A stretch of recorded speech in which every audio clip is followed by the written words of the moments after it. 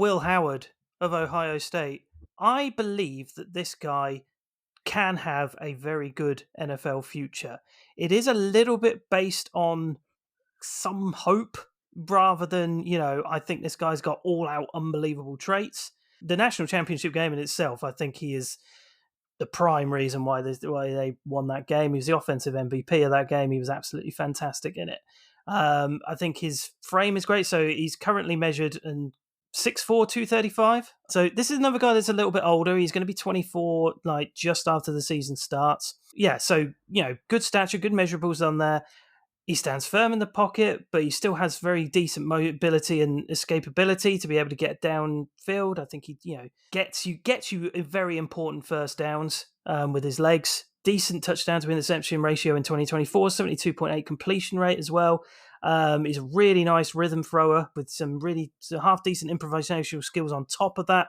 He's the guy who was slightly more accurate than Dylan Gabriel deep downfield. He's the second highest completion rate of downfield passes in 2024. I think he's got a really great arm. I think he's pro ready.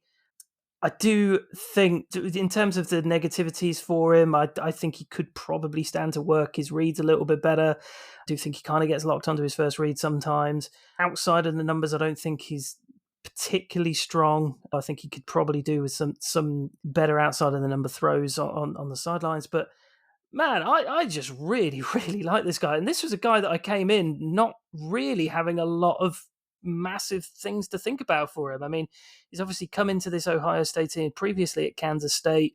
He's coming off the back of, Carl McCord, who was at Ohio State before that. And he's not had the same opportunities there. But I think he's shown that he is a true winner. I think he shows true flashes of NFL standard play at some of these times. I think a lot of the flaws that he has are coachable. I think you can work around it. I think if you put him in a decent enough system, I think he could really, really thrive at the next level. I get the age concerns, but I'm really high on this guy. And my hope is that this guy can burst through. I don't think he'll be a starter immediately, of course. I just think that for the upside, I think his ceiling is really, really good. I think he's got a high ceiling. He may have a bit of a low floor as well, but I'm very, very hopeful that Will Howard's going to have a great NFL career. I'm reading back on my notes here, and I've gone with at value, but reading them back, they seem quite negative in certain places. So I'll give a few of those and try and balance the view a little bit.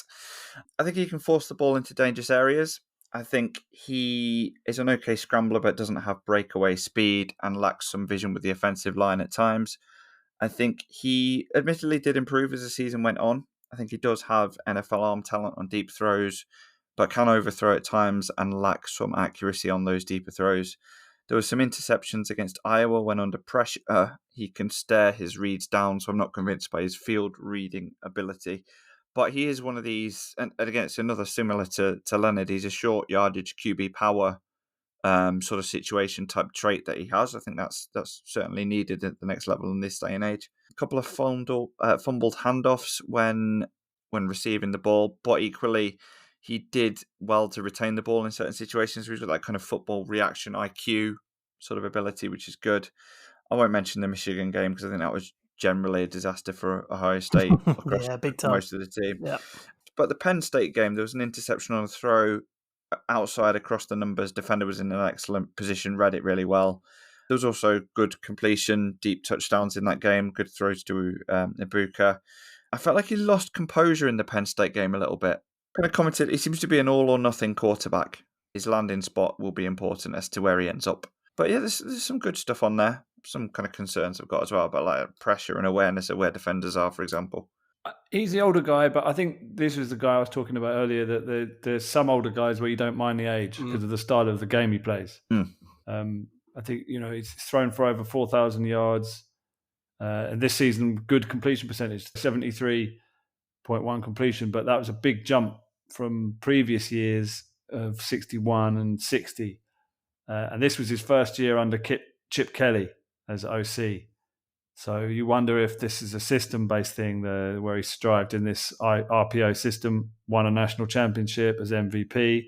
But I think it shows you that, either he's progressed through that with his age. It's kind of the Kenny Pickett Joe Burrow jump he's done in his final year.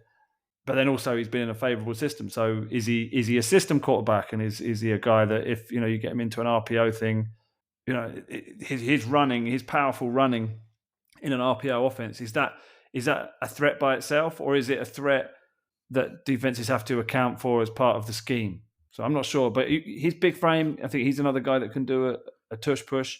But you like his sort of operation of stuff, like the way he runs play action. I think 38% of his dropbacks in 24 were play action, which was pretty high for a college quarterback. So I do think he's kind of not NFL ready. Seems strong, but I think he's about as close as any of these guys are. Ohio State's a good program. NFL molded, yeah. NFL, yeah, he's close.